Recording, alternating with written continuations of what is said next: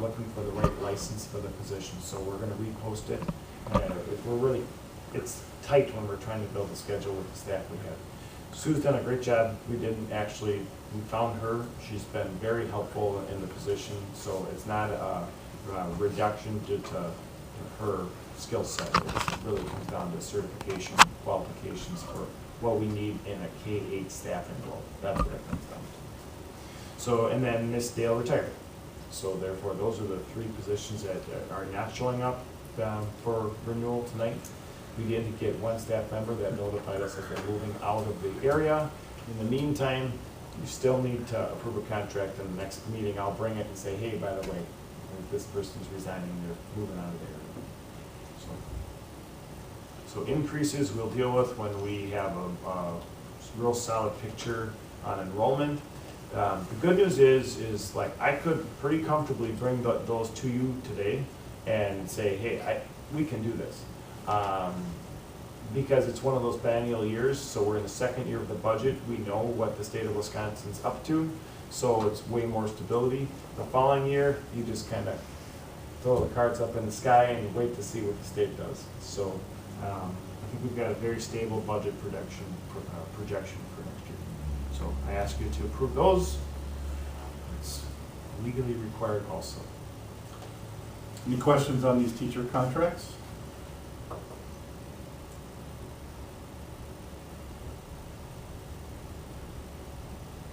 Duke? Aye. Aye. Aye. Aye. Aye. Aye. Aye. Motion carried 7-0. Resolution 1718236, approval of 2018-2019 professional staff stipends. So moved. Motion by Norb, second by I'll second. Dave. Okay. Go ahead. So last year we did not, I don't think we had the stipends approved at the same time. We had tons and tons of questions coming, and the reality is, if I scroll down to the bottom of this document, I have on here what the actual or EdComp model says, like this is what the original plan was. And that it was that in 2016-17, they'd have $1,000 stipend for a master's. They'd get another $500 added to it in 17-18, then that would grow to $2,000 in 18-19. Well, after meeting with the committee, the recommendation is that we're going to just keep them right where they're at, and we're going to continue to work on, is this compensation model the right fit for us? There are some staff members where if you look at their salary, and I'll share, to me it looks like they already are being compensated for their masters. It's built into the model. So we just need to work with our staff and to work with a board committee to come to one final conclusion here on what's going to happen with those stipends. So my recommendation is to approve them because right now, again, they have lots of questions. What's happening? Well, this is what we would be, as of this moment, when you approve them, guaranteeing that would be for the 2018-19 school year, knowing that they're the same dollar amount that was presented in 2016-17. So now the stipends change based upon, did they attain a master's? There may be some changes in here, but the actual stipend amount, I have a dollar amount here on the right side, is actually a $4,630 savings from the 2017-18 school year if everything stays like that. So they're in the stipends. You can see there's for additional services, so those are extended days, like Mr. Kramer, he works many, many extra days for that. Ms. Cashman, as a Dean of Students, has extended days. Megan Haney, as a Dean of Students, has extended days. And then you see our school counselor that has the extended days. And then for SIG, that's actually throughout the school year, extended time to support the athletic program. The certificate stipends, we had a group of staff members go through pretty much like it's equivalency of half a master's program. So they have a certificate in personalized learning that they obtained through Concordia. So that's where you see those are most of the certificates that are there. Others it's a stipend for attaining their reading license, which is exceptional. Having a classroom teacher with a reading license that shows a significant amount of extended learning, so you see a $500 stipend that recognizes that. Then the other piece is, the last thing to share, we are reserving $1,500, it's a TBD for mentors for this next school year. This year we had a lot of new hires, we don't anticipate seeing the same thing, so we're seeing a savings in that. Any questions on this resolution for the stipends for the professional staff? Norm? Aye. Aye. Aye. Aye. Aye. Aye. Motion carried 7-0. Resolution 1718237, approval of monetary gift. $250 from the National Wild Turkey Federation, Marshland Gobblers. So moved. Motion by Dick, seconded by Ron. It's always nice to get donations, and being specific to the archery program. I guess I did see that they were in need of some new targets. Yeah. So this is like, I didn't know you shot turkeys with bow and arrows. I said you It's better, difficult. you better be pretty skilled, is what I heard, yeah. The majority That's of what- hunters Is are it? slow hunters, yeah. Yeah.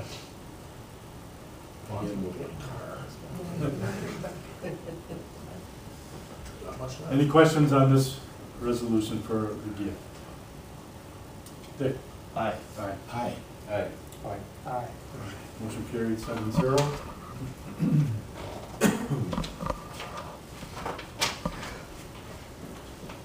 Resolution 1718239, approval of updates to district policies.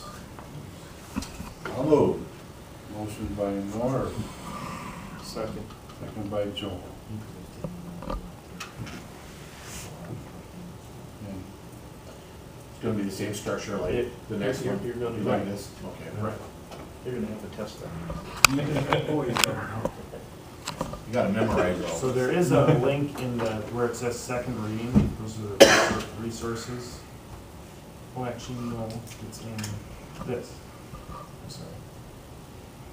So some of the details of what happened to the policies, the changes. The changes, are located on the right side there. And it looks like I'll have to, that's interesting, like I'll have to download it.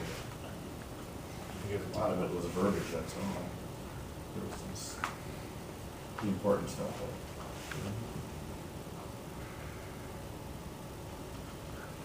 So those are the details on the changes.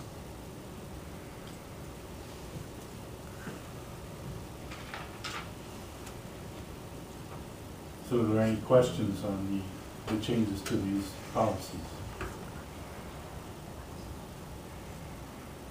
Norm? Aye. Aye. Aye. Aye. Aye. Aye.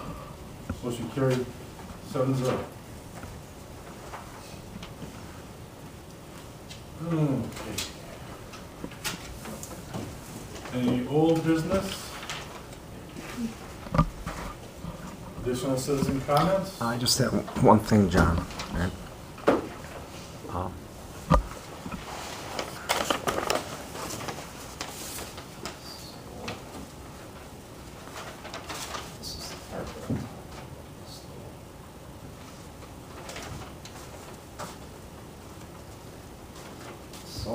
my name is Tony Thomas. My Uncle Dave owns the Red Brick School.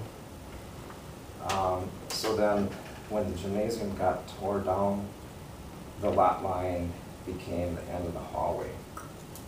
So if I want to walk around the building, I'm going to be on the school district property.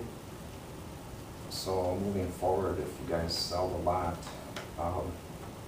he asked me to ask you guys if we could move the lot line on the east edge of that hallway out like 15 feet. And then it squares off with the white limestone building and the red brick, somewhere's in the middle on the north side. So then we can get around it without trespassing, I don't think between the white lime netting, the right line either way. Yeah, I got two, you can take that, take a look at it. I just took it here like on Google Earth You and can- stepped it off 15 feet. Whoever builds or whatever, they could get an easement. That's the easiest thing. Did you print that off the Dodge County website by chance? I just went on Google Earth before the meeting, so, Okay. so that's what I was looking for. Yeah, it comes right up to the parking lot. Literally that section, what is the top view? What is that section? Oh, this is what we got, this guy. I just, this all we. Yeah, that right there. So, Yeah, that's all included in, right.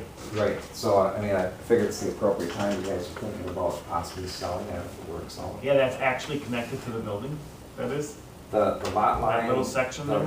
Yeah, the hallway is the lot Yeah. line. And I know when this all went down years ago, you guys said, well, we'll take care of you, Dave, you know, kind of on the verbal, you know, we'll take care of you. So he'd like some sort of, 15 feet probably. So if you consider Sure. that. Okay, all right, thanks. No problem. Yeah. I just have one question. My name is Lucia. Scott, you spoke of social justice and cultural responsiveness. Could you elaborate on that? Tell me what your definition of that is? Doing right by kids, doing right by society, that's about it. Like, for the common good? So, yeah, exactly. So I would say, like, when you talk about a cultural responsiveness, when we went to a workshop, it talked about that there's a home culture and a school culture, and that we need to make sure that our practices in the school recognize what it's like at home, and that we recognize what youth culture is like. But do you know what goes on at home? Isn't it the parents' responsibility to deal with what's at home, and you deal with what's at school? Isn't that the way it should go? Yeah, I think you took that out of context. So a good example would be like in some households that their culture is it is completely acceptable to talk over each other, and that's fine. But in class, if everybody's talking over each other, you ask them to raise their hand. And when you ask them to raise their hand, they don't get it. So really just making sure that they understand here in school, we're teaching you school behavior. We're not gonna teach you how to behave at home, but we do acknowledge that there's differences in people's lives, but we do have a norm that we expect here in the school. But in order to do that, you can build in opportunities like in your lesson where, go ahead, everybody talk over each other. You got 2 minutes, go for it. I honestly don't even care what you're talking about, as long as when you come back, you're engaged. So those are the kind of things when we went to a workshop, that's what the discussion is about. And I know when you hear like something like social justice, it's very obtuse. People may interpret that a different way. I look at it just like, hey, you know what? We do right, and using my slang terms, we do right by our kids. We want to make sure that they feel like this is a safe environment for them, and that they don't experience prejudice. They don't experience bias in people's practices. You're ours. This is your house. We're going to take care of you. We're going to make sure that you're safe. And that in our practices as the adults here, that we're doing that. So to me, it's a lot about awareness and understanding of the staff. And that's the greatest outcome that I had out of the professional development that I've gone to this school year. So cultural responsiveness is about saying, okay, like, good example. Ready, Dick? Put your hand like this. Right? So kids do that, right? But in the meantime, we say, hey, keep your hands off of each other. Don't be near each other. What's the big deal? But Well, if you do that all day long, you have a problem. Right. But what you can do is you can do in a lesson, hey, anybody who's got the right answer to that, let's celebrate. Here we go. And you build in opportunities into what our kids' experiences are like outside of school. You bring it into school so they feel more engaged. It's a safer place for them. That's really what cultural responsiveness comes down to. Okay. So in recognizing that, you're right, we're not parenting, no way, that happens at home. But what we do need to do is start to understand, like, what is the norm now? Like, we can say we know what it is, we don't. We honestly don't know what families' expectations are. For my house growing up, we had dinner at the table all the time. Your fork went over here, we had sit-down dinners. That's not necessarily the norm. So when you come into a lunchroom today, we actually have to teach the behaviors and expectations. So I have a book that I received from my great-grandmother that is probably, it's 110 years old. It talks about the times back then where you had to have your spoon over the plate, no slurping, and nobody could leave a table till everybody else was done. It's not what we're like today, that's for sure. But those were the norms and those were the rules. You violate those rules, you're gonna get a consequence. Well, of course, it has to be You know, rules and so- expectations, of course. So to me, well, and times changed. So, and as times change, how do we respond to the needs of our students and make sure that they're empowered, that they own their learning experience, that they feel like they've got this, and that we're creating this innovative child who's ready for whatever the future brings. And I think, seriously, that's what cultural responsiveness is about. So it is not, I mean, in different communities, it could be more than that, but for us, it's about the practices we have in our classrooms, the experiences our kids go through day to day. And are they having a good experience? Are we meeting them where they're at and providing a safe environment? And because of that, are they thriving within our schools? So that's when I've gone to training this year, that's what it's been about. Okay, could you let me know who the speakers are? Is that professional development for the teachers? So right now, it's Mr. Stan Davis is the individual that we're reaching out to, but we just him? haven't secured that.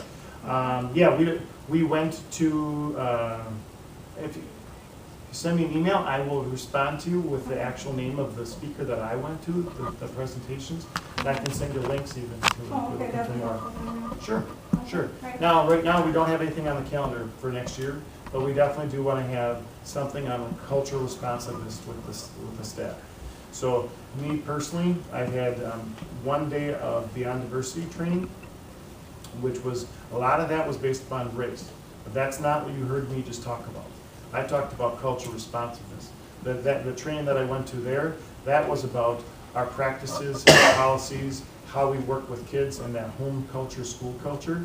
And that can include race and the differences in race. But race doesn't change what your house is like. It's not, so that wasn't a cultural competency that we talked about. It was more that home culture, school culture, youth culture. So, and it was a 1 day workshop for me.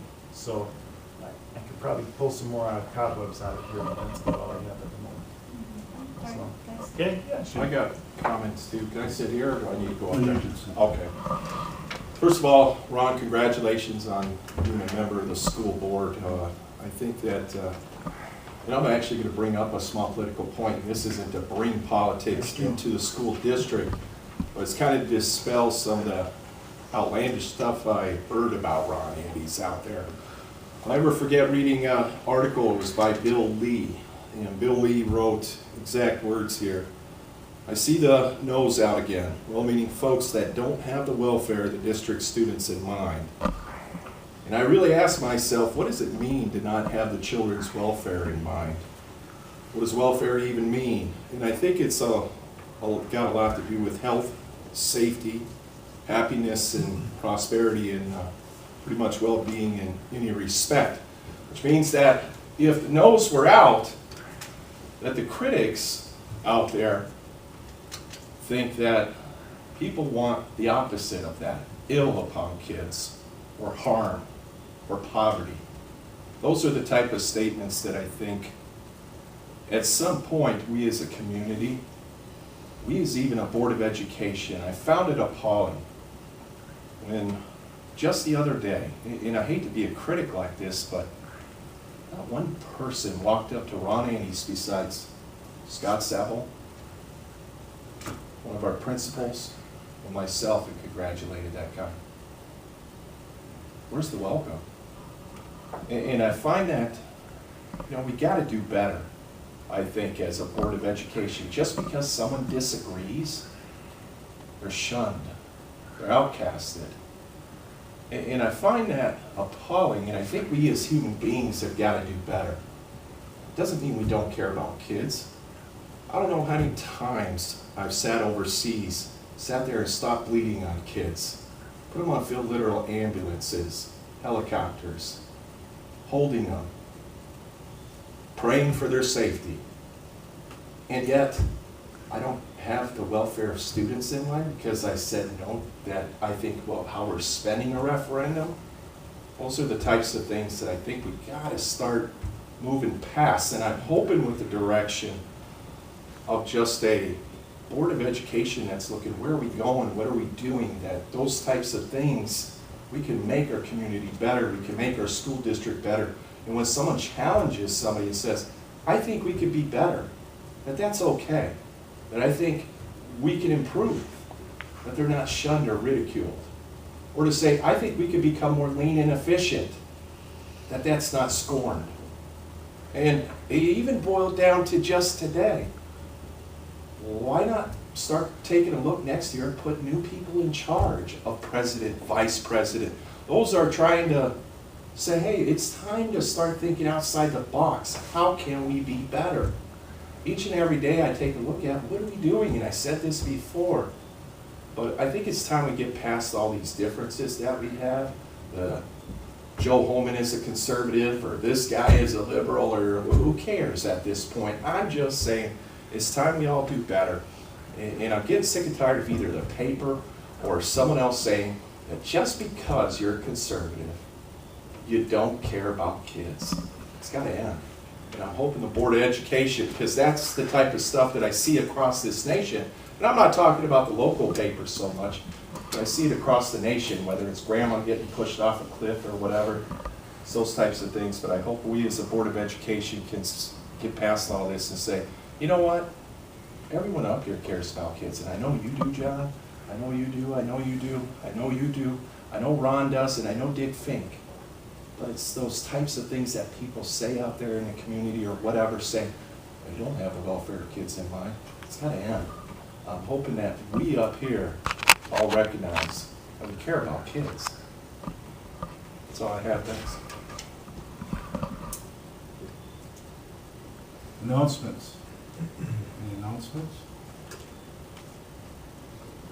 Okay, I need a motion to convene into closed session pursuant to Wisconsin Statute 19.58, Part 1, Parent E, for the purpose of deliberating or negotiating the purchasing of public properties, the investing of public funds, and conducting other specified public business. Because competitive and bargaining reasons require a closed session, topics of the closed session include the possible sale of district real estate, parking lot located at the corner of John and Dayton Street, and the green space located at 234 North John Street.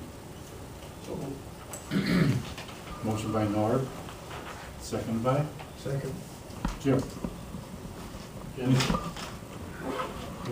I got a comment, both on the county board and on CISA board, you went through some of the rules in going into executive session. There should actually be a roll call vote going into executive session. Because that way you can vote no just in case you, Right. if you vote no, then you can't be liable for going into closed session. Right. If you thought it was wrong. We always do.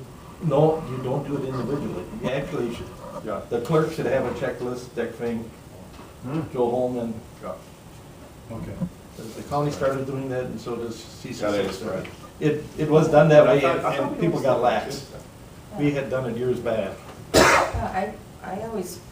We always go through and I put the vote, 7-0. Right. No, But it was- individual. It wasn't an individual Oh. vote. By individual for closed session, that way that individual can't be held liable if you weren't supposed to go into closed Oh, and session. then That's I why always they. put who voted no. Oh, voted no, you do. I'll That's put right, who yeah. voted no, and the That- rest are that would be yes. good. That's fine. That would be, Okay. If That's it's, what I if it's written, thought. all it has to be is recorded.